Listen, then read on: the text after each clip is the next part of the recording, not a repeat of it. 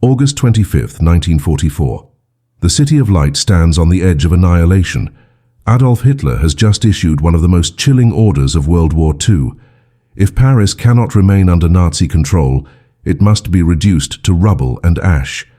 Every bridge spanning the Seine, every monument that defines the soul of Western civilization, every street where Hemingway once walked and where revolution was born, all of it is wired with explosives, ready to detonate at the command of one man. That man is General Dietrich von Choltitz, the newly appointed military governor of Paris, a loyal Wehrmacht officer with a reputation for ruthless efficiency. He has destroyed cities before. Rotterdam, Sevastopol. He knows how to follow orders, how to turn stone and history into dust. And yet, in the pre-dawn hours of that August morning, as American and Free French forces close in from every direction and the resistance rises from the shadows, von Choltitz sits alone in his suite at the Hotel Meurice, staring at a direct telex from the Führer's headquarters. The message is unambiguous: burn Paris to the ground. But here is the question that will haunt the next 72 hours and echo through history. Why didn't he do it? To understand the impossible choice facing von Choltitz, you have to understand what Paris meant in the summer of 1944, not just to France, but to the entire trajectory of the war. This was not just another occupied city. Paris was the crown jewel of Nazi propaganda, the symbolic heart of Hitler's vision for a reordered Europe. For 4 years, the swastika had flown above the Eiffel Tower. German officers had dined in the finest cafes on the Champs-Élysées, and the machinery of occupation had hummed with terrifying efficiency. But by August, the illusion of invincibility was crumbling. The Allies had landed in Normandy 2 months earlier, and now the entire Western Front was collapsing like a house of cards. Hitler, isolated in his bunker and increasingly detached from reality, saw betrayal everywhere. He had already executed officers for far less than retreat. To him, Paris was no longer a prize to be held. It was a pawn to be sacrificed, a final act of spite against a world that had turned against him. If Germany could not have Paris, then no one would. The order to destroy the city was not a military strategy. It was vengeance. Dietrich von Choltitz was 50 years old when he arrived in Paris on August 9, 1944, taking command of a demoralized garrison and a city on the brink of chaos. He was not a member of the Nazi Party. He was a professional soldier, a Prussian officer from a long line of military men, trained to obey without question. His service record was a portrait of competence and cruelty in equal measure. In Rotterdam, he had overseen bombing raids that killed nearly 1,000 civilians and reduced the city center to flames. In Sevastopol, during the brutal siege of 1942, he had commanded artillery units that pounded the Soviet fortress into submission, earning him the nickname the Smasher of Cities among his peers. Hitler had personally selected him for the Paris assignment precisely because of this record. The Führer wanted someone who would not hesitate, someone who had already proven capable of doing the unthinkable. And yet, there was something else in von Choltitz's past, something that would become crucial in the days ahead. He was also a man who had begun to see the writing on the wall. By the time von Choltitz took control of Paris, the reality of Germany's situation was undeniable. The war was lost. Every rational officer knew it, even if they dared not speak it aloud. The Red Army was steamrolling through the east, and the Western Allies were racing across France. The 1,000-year Reich was collapsing in real time, and the question was no longer whether Germany would fall, but how history would remember those final desperate days. Von Choltitz had a family, a wife and 3 children, back in Germany, well within reach of Nazi retribution if he disobeyed orders. He had seen what happened to generals who failed Hitler. The July 20th plot to assassinate the Führer had been crushed just weeks earlier, and the conspirators had been executed with sadistic brutality, their families arrested, their names erased. Obedience was survival. And yet, as von Choltitz walked through the streets of Paris in those first days, something unexpected began to happen. He started to see the city not as a target, but as something worth saving. Then came the morning of August 23rd, and everything accelerated. The Paris police went on strike. The The resistance seized the Préfecture de Police and barricaded themselves inside. Firefights erupted across the city. The population, sensing liberation, poured into the streets. And in Berlin, Hitler's rage exploded. The telex machines in von Choltitz's headquarters clattered with increasingly frantic and furious messages. Is Paris burning? Burn Paris. Destroy the bridges. Level the monuments. The Führer demands it. And in the Hotel Meurice, surrounded by maps and explosives experts and officers waiting for the order, General Dietrich von Choltitz faced the choice that would define not just his life, but the fate of one of humanity's greatest cities. Would he obey, or would he commit an act of treason so profound that it could only be called salvation? To understand the full weight of what von Choltitz was being asked to destroy, you need to picture Paris not as a city on a map, but as a living archive of human achievement stretching back nearly 2,000 years. This was the city where Notre Dame had stood since the 12th century, its flying buttresses defying gravity and time. This was where the Louvre held the Mona Lisa, where Voltaire had written, where the French Revolution had rewritten the rules of power, where Victor Hugo had immortalized the very stones in literature. The bridges across the Seine were not just infrastructure, they were works of art, each one carrying centuries of memory. The Pont Neuf, the oldest standing bridge in Paris, had been completed in 1607. The Pont Alexandre III, with its gilded sculptures and Belle Époque elegance, had been inaugurated in 1900 as a symbol of Franco-Russian friendship. To destroy these bridges would be to sever not just transportation routes, but the connective tissue of Western civilization itself, and Hitler knew it. That was precisely the point. The explosives were already in place. German engineers had spent weeks preparing the infrastructure for total demolition. 24 tons of dynamite had been packed into the sewers beneath the Palais du Luxembourg. Charges were set under every major bridge. The Eiffel Tower, that iron lattice that had become the symbol of Paris itself, was rigged to collapse. The Grand Palais, the Opéra Garnier, the Madeleine Church, all wired and ready. The plan was methodical and comprehensive, designed to leave nothing standing that could be called beautiful or historic. In military terms, it made a certain ruthless sense. Destroying the bridges would slow the Allied advance, forcing them to halt and rebuild crossing points, buying precious time for German forces to retreat and regroup. But this was not just about military strategy. This was about erasing a city that represented everything the Nazis claimed to despise: liberal democracy, artistic freedom, cosmopolitan culture, the Enlightenment itself. If the Reich was falling, it would take Paris down with it. Von Choltitz understood the order. He understood the consequences of refusal. But as he moved through his headquarters in those chaotic August days, another set of pressures began to mount. The first came from an unexpected source: the Swedish consul general in Paris, Raoul Nordling, a diplomat who had spent years building relationships with both the French resistance and the German occupation authorities. Nordling was one of the few people who could move freely between both worlds, and he used that position to attempt the impossible. He wanted to broker a ceasefire, to prevent Paris from becoming a battleground, and to save the city from destruction. On August 19th, as the uprising intensified, Nordling secured a meeting with von Choltitz. The two men sat across from each other in the ornate rooms of the Hotel Meurice, and Nordling made his case. He spoke of history, of legacy, of the fact that the war was already lost and that destroying Paris would serve no purpose except to make von Choltitz's name synonymous with barbarism for all time.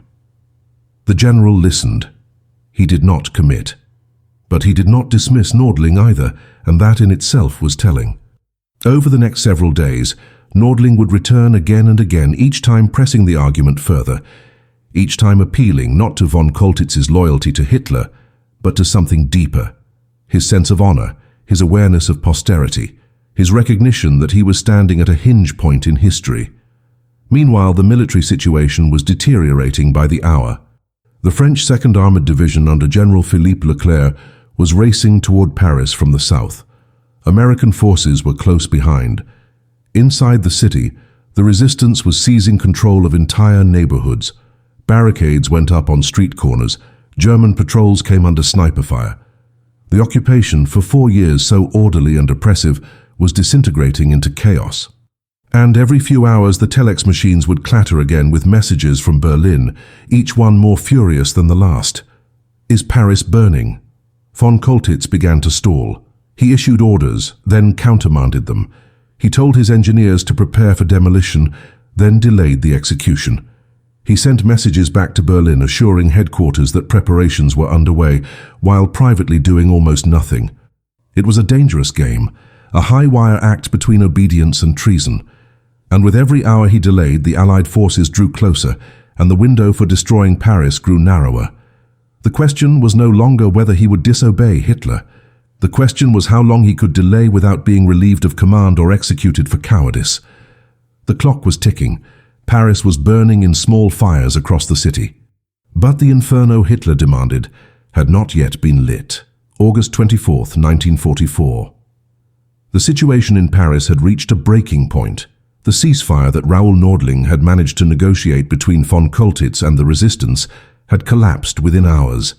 Across the city, gunfire echoed through narrow streets as German soldiers fought running battles with French fighters who knew every alley, every rooftop, every hiding place. The Place de la Concorde became a war zone. Smoke rose from burning vehicles. Civilians fled or threw themselves into doorways as bullets ricocheted off Haussmann's elegant facades.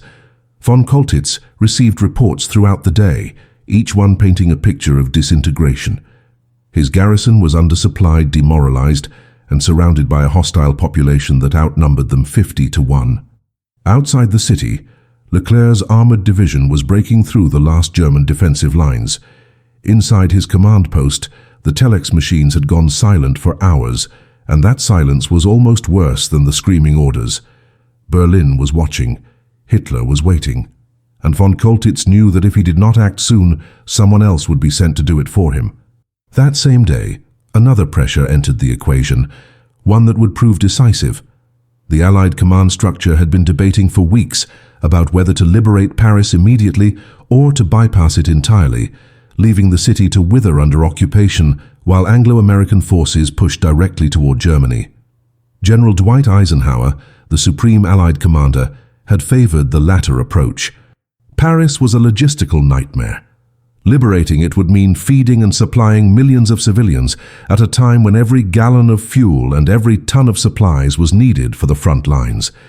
But the French, and particularly General Charles de Gaulle, had other ideas. De Gaulle understood that whoever liberated Paris would control the political future of France. If the resistance liberated the city on its own, the communist factions within it might seize power and turn France into a Soviet satellite. If the Americans bypassed Paris and left it under German control for weeks or months longer, de Gaulle's legitimacy as the leader of Free France would evaporate. He needed Paris liberated now, and he needed French forces to be the ones who did it. De Gaulle applied relentless pressure on Eisenhower, and finally, on August 22nd, Eisenhower gave the order. Leclerc's division would enter Paris. The race was on. Inside the Hotel Meurice, von Choltitz faced a different kind of calculation. He had approximately 5,000 combat-ready troops scattered across Paris, along with a few dozen tanks and artillery pieces. Against him were tens of thousands of resistance fighters, an entire armored division racing toward the city gates, and a civilian population ready to tear his soldiers apart if given the chance. Militarily, holding Paris was impossible. Destroying it, however, was still entirely feasible. The explosives were in place. A single order, transmitted to the engineering units positioned throughout the city, would be enough. The bridges would come down within minutes. The monuments would follow within the hour. Paris would burn just as Hitler demanded. And yet, von Choltitz continued to delay. He moved pieces around on the map. He issued defensive orders that his officers knew were pointless. He requested reinforcements that would never arrive, and with each passing hour, the window for total destruction narrowed. On the evening of August 24th, something happened that no one in von Choltitz's headquarters had expected. A small reconnaissance unit from Leclerc's division, led by Captain Raymond Dron, slipped through the German lines and reached the Hôtel de Ville in the heart of Paris. Church bells began to ring across the city, a sound that had been forbidden under occupation. The population poured into the streets, weeping and singing. For a few hours, Paris believed it was free. Von Choltitz knew better. Dron's unit was a symbolic gesture, not a liberation force. The real battle would begin the next morning, when Leclerc's full division entered the city. The general had perhaps 12 hours left to make his final decision. He could still execute Hitler's order. He could still bring Paris down. Or he could do the one thing that a Prussian officer was never trained to do. He could choose mercy over obedience. That night, von Choltitz sat in his quarters and wrote a letter to his wife. In it, he described the beauty of Paris, the weight of his responsibility, and the knowledge that history would judge him not by his loyalty to a failing regime, but by what he chose to preserve or destroy in the war's final days. He did not yet know what choice he would make, but he knew that the morning would force his hand. Outside his window, the city lay silent under curfew, unaware that its fate hung on the conscience of one exhausted, conflicted man who had been trained all his life to follow orders and who now faced the terrifying freedom of choosing not to. August 25th, 1944. Dawn broke over Paris with the sound of tank treads grinding against cobblestones. Leclerc's 2nd Armored Division entered the city from multiple directions, columns of Sherman tanks and half-tracks pushing through streets lined with cheering crowds who threw flowers and bottles of wine at the liberators. The German garrison, scattered and outnumbered, put up sporadic resistance. Snipers fired from rooftops. A few Panther tanks positioned near the Luxembourg Gardens engaged in brief, furious firefights before retreating or being destroyed. But this was not the apocalyptic battle that Hitler had envisioned. This was a collapse, a disintegration, a city slipping through German fingers like water. And in the Hotel Meurice, von Choltitz watched it happen in real time through reports arriving every few minutes. His officers stood around him waiting for orders. The detonators were ready. The engineers were in position. One word from him and the bridges would explode. One command and Paris would become the funeral pyre that Hitler demanded. And still, von Choltitz hesitated. The psychological burden of what he was being asked to do cannot be overstated. This was not a battlefield decision made in the chaos of combat. This was premeditated destruction on a civilizational scale, and von Choltitz had hours to think about it, to imagine it, to understand exactly what it would mean. He had walked across the Pont Alexandre III and seen the golden statues gleaming in the sunlight. He had driven past Notre Dame and watched light pour through the rose windows. He had dined in rooms decorated with art that predated the concept of Germany itself. And now he was being ordered to erase all of it, because one man in a bunker hundreds of miles away could not accept defeat. The weight of that order pressed down on him like physical force. But so did the alternative. If he disobeyed, he was signing his own death warrant and possibly that of his family. The SS would brand him a traitor. His name would be dragged through the mud. His children would grow up as the offspring of a coward who had betrayed the Reich in its darkest hour. And yet, as the morning wore on and the sounds of liberation grew louder in the streets outside, von Choltitz began to see a third possibility, that perhaps, in this one act of disobedience, he could redeem a career spent in service to a regime that history would judge with unforgiving clarity. Raoul Nordling returned to the Hotel Meurice one final time that morning. The Swedish diplomat had spent the last 72 hours shuttling between von Choltitz and the resistance, between German officers and French officials, trying desperately to orchestrate a peaceful transition that would spare both lives and monuments. Now, with Leclerc's tanks entering the city and the final confrontation at hand, Nordling made his last appeal. He did not speak of politics or military strategy. He spoke instead of legacy, of the fact that von Choltitz's name would be remembered for 1,000 years, and that the general himself would decide whether that memory would be one of destruction or salvation. He reminded von Choltitz that the war was over, that Germany had lost, and that nothing he did in Paris would change that outcome. The only question left was whether he would go down in history as the man who saved Paris or the man who murdered it. The two men sat in silence for a long moment. Outside, the sound of gunfire was getting closer. At approximately 11 in the morning, French tanks and infantry units reached the perimeter of the Hotel Meurice. The building was defended by a handful of German soldiers who fired a few symbolic shots before surrendering. Inside, von Choltitz's staff officers looked to him for final orders. Some expected him to fight to the death, to turn the hotel into a last stand worthy of a Prussian general. Others expected him to activate the demolitions and bring Paris down as he retreated. Instead, von Choltitz did something that surprised everyone, including perhaps himself. He straightened his uniform, gathered his personal papers, and prepared to surrender. Not to flee, not to detonate, but to surrender formally and with dignity to the forces that had defeated him. He gave no order to destroy the bridges. He issued no command to activate the explosives. He simply let the moment pass, and in that passing, he made the choice that would define the rest of his life. When French officers burst into his command room, they found von Choltitz standing calmly behind his desk, waiting. There was no dramatic confrontation, no final shootout. The general formally surrendered his command and was taken into custody. And across Paris, as word spread that the German commander had been captured, engineers who had been waiting for the demolition order stood down. The explosives under the bridges remained inert. The charges beneath the monuments were never triggered. Paris, against all odds and against the explicit orders of Adolf Hitler himself, had been saved.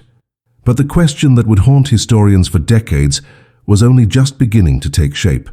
Why did von Choltitz do it?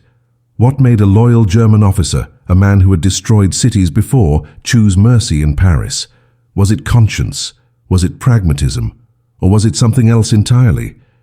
The immediate aftermath of von Choltitz's surrender was chaos, wrapped in jubilation. French soldiers marched him out of the Hotel Meurice and into a city exploding with joy. Crowds filled every street, every square, every boulevard. Strangers embraced. Women kissed soldiers. Bottles of champagne that had been hidden for 4 years suddenly appeared. The bells of Notre Dame rang out across the city, joined by every church bell in Paris in a symphony of liberation. For the people pouring into the streets, the war in their city was over.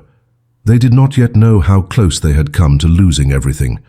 They did not know about the tons of explosives still sitting beneath their feet, waiting for an order that never came.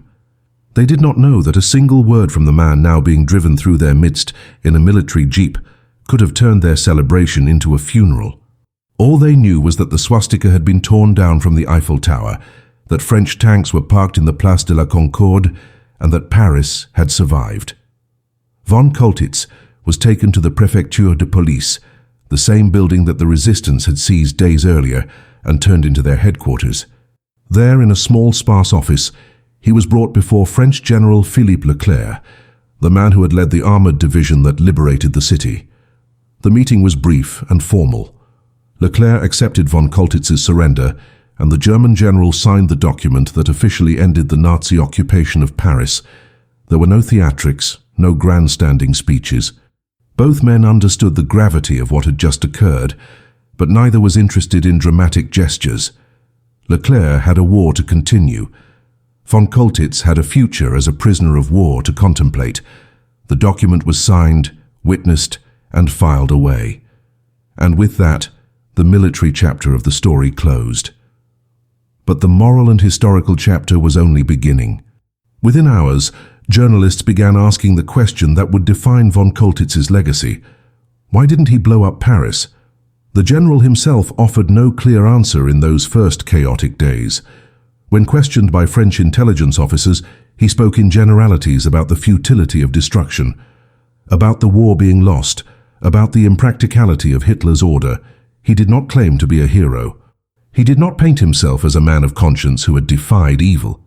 Instead, he presented himself as a pragmatic officer who had assessed the military situation and concluded that destroying Paris served no strategic purpose. This version of events satisfied no one. The French wanted to believe they had been saved by a moral awakening. The Germans, both those still fighting and those who would later seek to rehabilitate the Wehrmacht's reputation, wanted to believe von Choltitz had acted out of soldierly honor, and historians, arriving at the scene in the months and years that followed, wanted something more concrete than vague references to pragmatism and futility. The truth, as it often is, was more complicated than any single narrative could contain. Von Choltitz was not a member of the Nazi Party, but he had served the Reich faithfully for years. He had bombed Rotterdam. He had shelled Sevastopol. He had followed orders that resulted in the deaths of thousands of civilians. He was not a monster, but neither was he a saint. He was a career officer caught in the impossible position of serving a regime that was both collapsing and demanding acts of nihilistic destruction as it fell. In Paris, for reasons that were probably not entirely clear even to himself, he chose not to follow through. Was it conscience? Perhaps in part. Was it fear of being remembered as a destroyer of civilization? Almost certainly. Was it the influence of Raoul Nordling's appeals? Likely a factor. Was it simply the recognition that the war was over and that further destruction was pointless? Probably that too. The reality is that human decisions, especially decisions of this magnitude, are rarely the product of a single motivation. They are the result of dozens of competing pressures, fears, hopes and calculations, all colliding in a single moment. What is undeniable is the outcome. Paris survived. The bridges still spanned the Seine. Notre Dame still rose above the Ile de la Cité. The Louvre still held its treasures. The city that had been the heart of Western culture for centuries remained intact, not because the Allies stopped it from being destroyed, but because one man, at the moment of decision, chose not to give the order. In the grand narrative of World War II, filled with battles and invasions and turning points, this was a different kind of victory. It was not won on a battlefield. It was won in a quiet moment of refusal, in the space between an order given and an order executed, in the conscience or calculation or cowardice or courage of a single officer who held the fate of a city in his hands and chose to let it live. Von Choltitz spent the next 2.5 years as a prisoner of war, first in France, then in Britain, and finally in a camp in Mississippi, far from the ruins of the Reich he had served. During those years, the world learned the full horror of what Nazi Germany had done. The concentration camps were liberated. The scale of the Holocaust became undeniable. The Nuremberg trials laid bare the machinery of genocide and aggressive war. In that context, the story of one general who chose not to destroy one city seemed almost trivial. Millions had died. Entire peoples had been targeted for extermination. Cities across Europe had been reduced to rubble. And yet, as historians began to sift through the wreckage of the war, the question of Paris kept resurfacing. Why had Hitler ordered its destruction? Why had von Choltitz disobeyed? And what did that moment of disobedience reveal about the nature of moral choice in the midst of totalitarian obedience? The first major attempt to answer these questions came from von Choltitz himself. In the early 1950s, after his release from captivity, he collaborated with a journalist to write a memoir titled Brent Paris, or Is Paris Burning? The book presented von Choltitz as a man who had wrestled with his conscience and chosen humanity over orders. He described receiving Hitler's command to destroy the city and feeling for the first time in his military career a profound sense of moral revulsion. He wrote about walking through Paris and recognizing that this was not just another city, but a repository of human achievement that transcended any single nation or ideology. He claimed that he had made the decision, in those final days, to defy Hitler and preserve Paris for future generations. The book was a success. It cast von Choltitz as a hero, a good German who had resisted evil at great personal risk. It allowed post-war Germany to claim that not all Wehrmacht officers had been complicit in Nazi crimes, that there had been men of honor within the ranks who had drawn moral lines. But the memoir also raised uncomfortable questions. If von Choltitz had truly been motivated by conscience, why had he not refused to bomb Rotterdam or shell Sevastopol? Why had his moral awakening occurred only in Paris, and only when the war was clearly lost? Critics pointed out that disobeying Hitler in August 1944, when the Reich was collapsing and the Allies were at the gates, was very different from disobeying in 1940 or 1941, when Germany was ascendant and defiance meant certain death. Some historians suggested that von Choltitz's decision was less about morality and more about survival, a calculated bet that the Allies would treat him more leniently if he surrendered Paris intact. Others argued that he simply lacked the resources and the will to carry out the demolition in the face of overwhelming opposition. The debate became a proxy war for larger questions about guilt, responsibility, and redemption in post-war Germany. In 1966, the story reached its widest audience when the book was adapted into a Hollywood film, also titled Is Paris Burning?, directed by René Clément, and featuring an all-star cast. The movie dramatized von Choltitz's struggle, portraying him as a man torn between duty and conscience, ultimately choosing to save the city he had been ordered to destroy. The film was a hit, cementing in popular imagination the narrative of the noble German general who defied Hitler to save Paris. But even as the movie played in theaters around the world, historians were uncovering documents that complicated the story. Records from the German military archives suggested that von Choltitz had indeed prepared for demolition, but that logistical problems, communication breakdowns, and the rapid advance of Allied forces had made full execution of Hitler's order nearly impossible. Some of the explosive charges had been removed or sabotaged by French resistance fighters. Some of the engineering units responsible for detonation had already retreated or surrendered. The truth was messier than the myth. What emerged from decades of research was a more nuanced picture. Von Choltitz did receive Hitler's order to destroy Paris. He did prepare for demolition. He did have the means, at least partially, to carry it out. And he did ultimately choose not to execute the order fully. But that choice was not a single dramatic moment of moral clarity. It was a series of delays, hesitations, and calculated decisions spread across several chaotic days, influenced by military realities, diplomatic pressure, personal fear, and yes, perhaps some measure of conscience. He was not a hero in the classical sense. He was a man who found himself at a hinge point in history and made a choice that happened to align with preservation rather than destruction. Whether he deserves credit for that choice, or whether he simply failed to carry out an act of evil, is a question that still divides historians. But what is beyond dispute is the outcome. Paris survived. To fully understand the significance of what did not happen in Paris, you need to look at what did happen in other cities under similar circumstances. Warsaw in 1944 provides the most haunting comparison.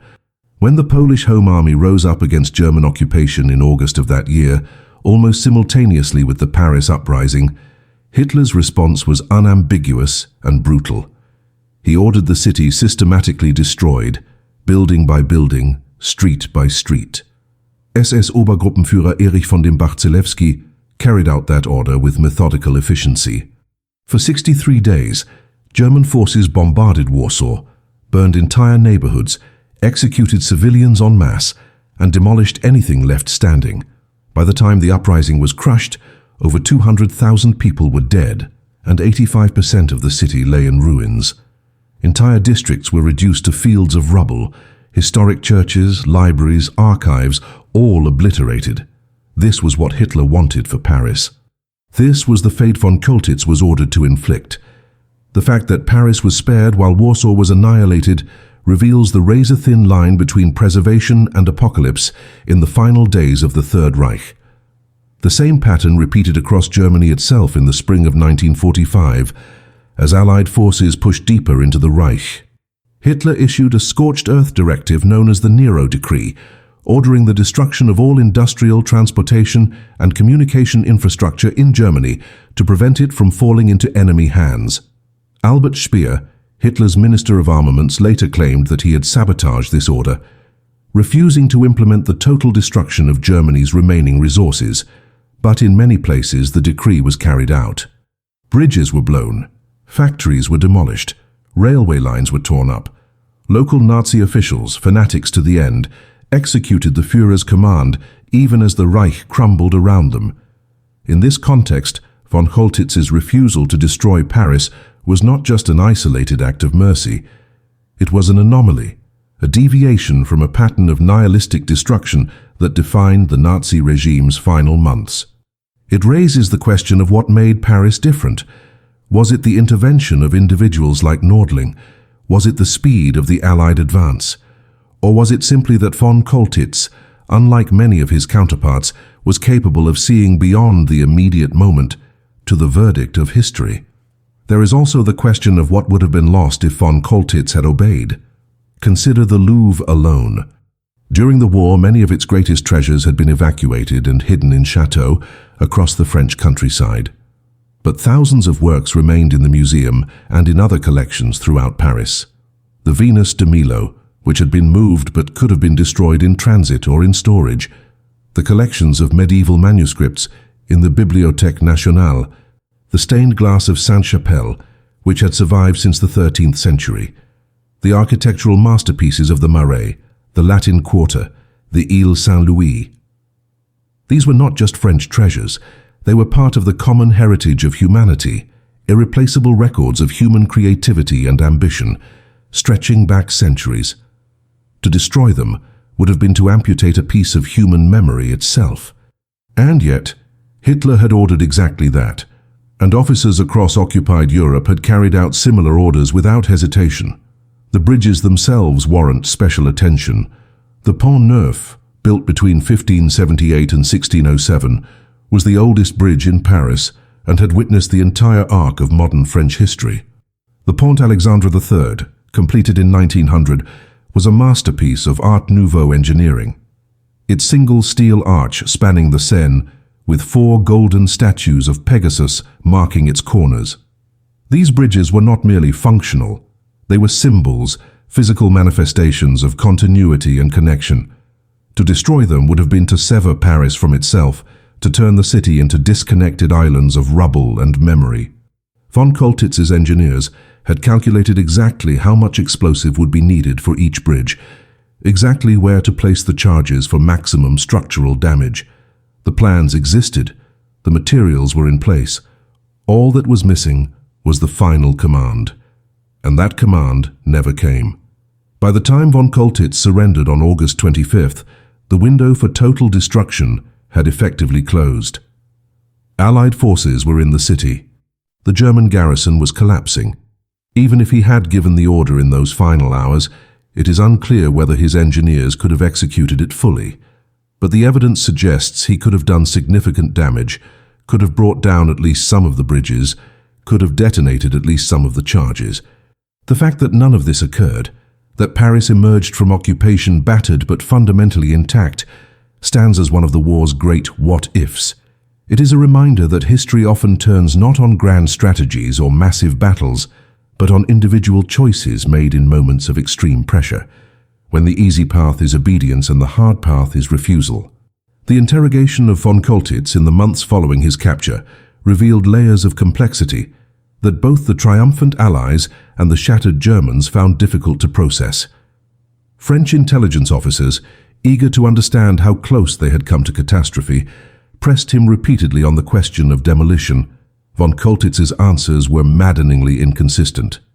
In some sessions, he portrayed himself as a man who had made a conscious decision to defy Hitler from the moment he received the order. In others, he emphasized the practical difficulties, the lack of time, the breakdown in communications with Berlin, the impossibility of executing such a complex demolition under combat conditions. What became clear was that von Choltitz himself was constructing a narrative, shaping his own story, even as events were still unfolding. He understood, perhaps better than anyone, that his legacy would depend entirely on how this moment was remembered.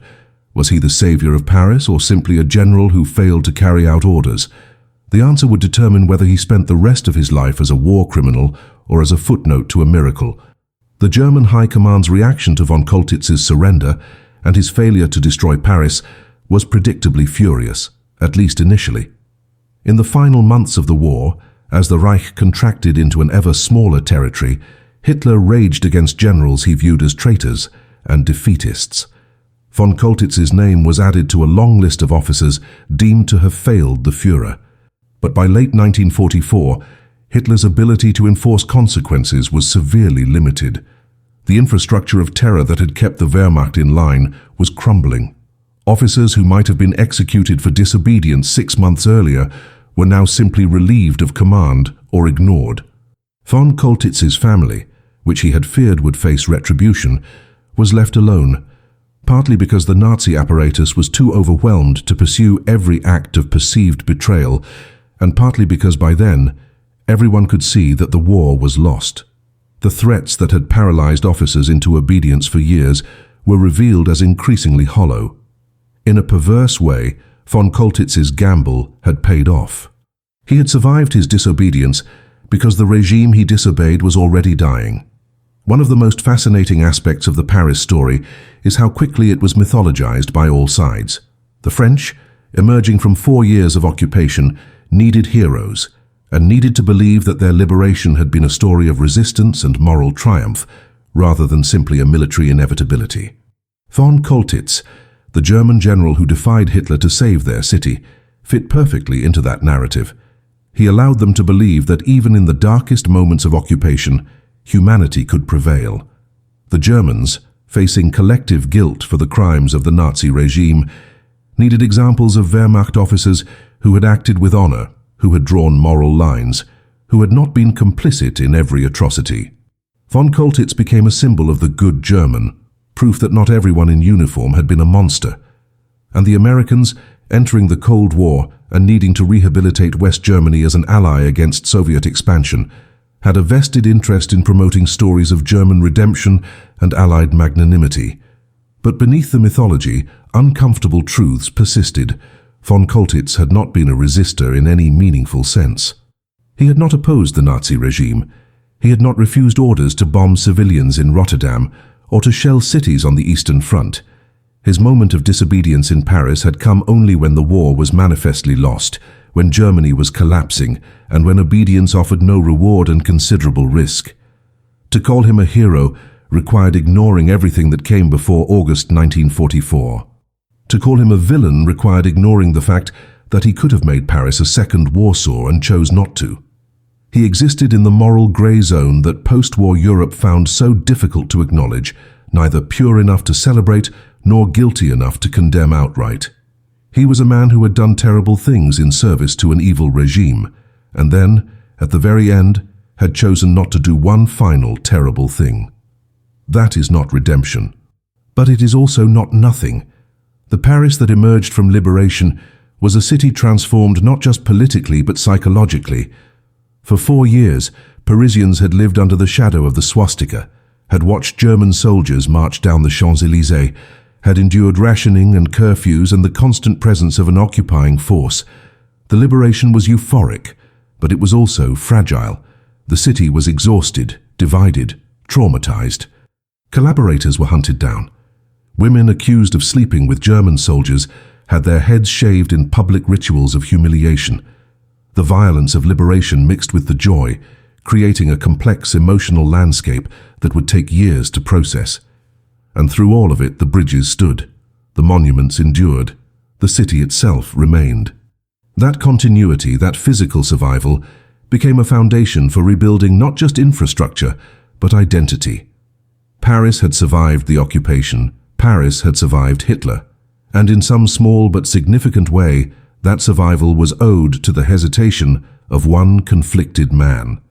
Von Choltitz lived for 21 years after the war ended, dying in 1966 at the age of 71 in Baden-Baden, West Germany. Those 2 decades were spent in a kind of liminal existence, neither fully condemned nor fully celebrated, a man caught between 2 competing versions of his own story. He returned to a Germany that was grappling with its Nazi past in ways that were often uncomfortable and incomplete. The immediate post-war years were dominated by survival, reconstruction, and the Nuremberg trials, which focused on the regime's highest-ranking criminals. Von Choltitz was never charged with war crimes. His actions in Rotterdam and Sevastopol were documented but not prosecuted. In the context of the broader atrocities committed by the Nazi regime, his record was seen as relatively minor. He had followed orders, yes, but he had not participated in genocide. He had bombed cities, but so had Allied commanders. And crucially, he had saved Paris. That final act, whether born of conscience or calculation, provided him with a shield of moral ambiguity that protected him from serious scrutiny. The publication of his memoir in the early 1950s marked the beginning of his rehabilitation in the public eye. He appeared at conferences, gave interviews, and allowed himself to be portrayed as a man who had wrestled with the moral complexities of command and emerged on the side of humanity. He was careful in these appearances, never claiming to be a hero, but also never fully acknowledging the extent of his complicity in earlier atrocities. He spoke of Paris as a turning point, a moment when he realized that blindly following orders was no longer morally defensible. He avoided discussing Rotterdam in detail. He framed Sevastopol as a legitimate military operation. He presented himself as a professional soldier who had served his country, made difficult decisions, and ultimately chosen preservation over destruction when it mattered most. It was a carefully constructed narrative, and for the most part it worked. By the time of his death, he was remembered primarily as the man who saved Paris, not as the man who destroyed other cities. But history has a way of complicating simple narratives. In the decades since von Choltitz's death, historians have continued to excavate the details of those final days in August 1944, and the picture that has emerged is far more ambiguous than the heroic myth suggests. Declassified documents revealed that Hitler's order to destroy Paris was indeed absolute, but that the logistical capacity to carry it out had been severely compromised by the speed of the Allied advance and by acts of sabotage within the German ranks. Some officers under von Choltitz's command later admitted that they had deliberately delayed or undermined demolition preparations, either out of moral objection or simple pragmatism. The resistance had cut communication lines and removed explosive charges from several key locations. The chaos of the collapse meant that even if von Choltitz had wanted to execute Hitler's order fully, he might not have been able to. The question of how much agency he actually had in those final hours remains contested. What is not contested is the broader pattern of his career. Von Choltitz was not a Nazi ideologue, but he was a willing participant in a war of aggression and atrocity. He bombed Rotterdam in May 1940, an act that killed nearly 1,000 civilians and was widely condemned even at the time as a violation of the laws of war. He participated in the siege of Sevastopol, one of the bloodiest campaigns on the Eastern Front, where starvation, disease, and bombardment killed tens of thousands of Soviet soldiers and civilians. He served the Reich loyally and effectively until the moment when loyalty and effectiveness no longer served his interests. To understand von Choltitz is to understand the uncomfortable reality that most people who participate in atrocity are not monsters. They are ordinary individuals who make a series of small compromises, who follow orders, who rationalize their actions, and who only confront the moral weight of what they have done when the structure that demanded those actions begins to collapse. The question of whether von Choltitz deserves to be remembered as the savior of Paris or as a war criminal who happened to fail in his final assignment is ultimately unanswerable, because it depends on what moral framework you apply. If you judge him by the outcome, Paris stands and he deserves credit for not destroying it. If you judge him by his intentions, the evidence suggests those intentions were mixed at best, shaped more by self-preservation and pragmatism than by moral clarity. If you judge him by his full career, he was a man who committed acts of violence against civilians and only balked when the orders became so extreme and so pointless that even a loyal officer could see they served no purpose. Perhaps the most honest assessment is that von Choltitz was neither hero nor villain, but simply a man who found himself at a moment of historical consequence and made a choice that, for whatever reason, aligned with preservation. That is not redemption. But in the context of World War II, where so many chose destruction, it is worth remembering. Today, if you walk across the Pont Alexandre III in Paris, with its golden statues gleaming above the Seine and the Eiffel Tower rising in the distance, it is easy to forget how close all of this came to annihilation. Tourists pose for photographs. Lovers attach padlocks to the railings. The river flows beneath as it has for millennia, indifferent to the dramas that have unfolded on its banks. There is no plaque commemorating the explosives that were never detonated, no monument to the order that was never fully executed. Paris survived, and in surviving, it erased most of the visible scars of its near-death experience. But the story of those August days in 1944 remains lodged in the city's memory, a ghost narrative that haunts the edges of its more celebrated liberation story. It is a reminder that history is often shaped not by what happens, but by what almost happens and then doesn't. The legacy of Dietrich von Choltitz is equally invisible and equally contested. There is no statue of him in Paris, no street bearing his name, no public acknowledgement of his role beyond the occasional mention in histories of the liberation. In Germany, he is largely forgotten, a minor figure in a war that produced so many more dramatic personalities. The memoir he wrote has faded from public consciousness, overshadowed by more comprehensive accounts of the war and more critical examinations of Wehrmacht complicity in Nazi crimes. The 1966 film that dramatized his story is rarely screened anymore, a relic of a time when audiences were more willing to accept simplified narratives of heroism and redemption. Von Choltitz exists now primarily in academic debates, in footnotes, in the kind of historical arguments that interest specialists but rarely penetrate popular consciousness. And perhaps that is fitting. He was not a hero in any conventional sense. He was a man who did one arguably decent thing after doing many terrible things, and who spent the rest of his life trying to rewrite that ratio in his favor. But the deeper question his story raises is about the nature of moral choice under totalitarian regimes. How do we judge individuals who participate in systems of atrocity? Is it enough to refuse one order after following dozens? Can a single act of disobedience redeem a career of complicity? Or is the very framing of these questions a way of avoiding the harder truth, which is that most people in von Choltitz's position would have done exactly what he did, following orders right up until the moment when following orders became personally disadvantageous. The uncomfortable reality is that von Choltitz did not save Paris because he had a moral epiphany.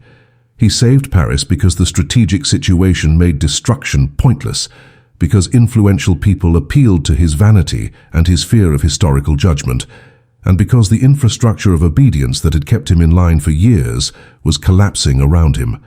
That does not make his choice meaningless, but it does make it less inspiring than the mythology suggests. What makes the story worth remembering is not von Choltitz himself, but what Paris represents. It is one of the few major European cities to emerge from World War II largely intact.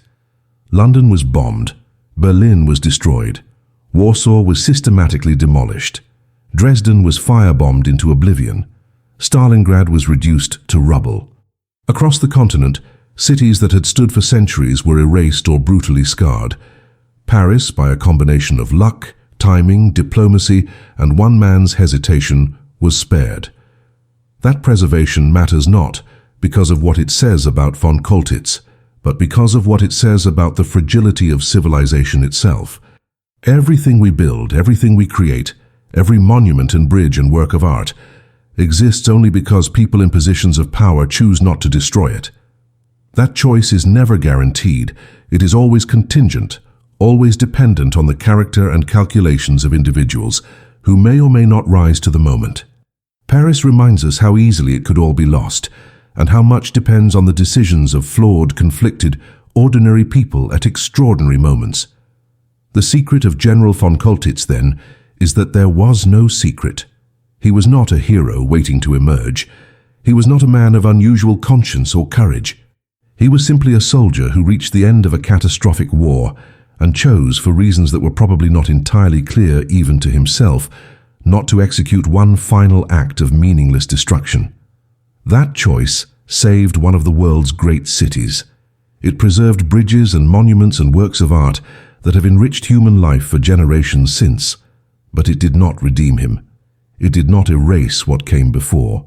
It simply meant that on one August day in 1944, when history balanced on a knife's edge, he chose preservation over obedience. And Paris, beautiful and fragile and irreplaceable, still stands because of it. That is not a story of heroism. It is something more complicated and more human, a story of failure, compromise, and the stubborn survival of beauty in a world bent on its destruction. And maybe, in the end, that is enough.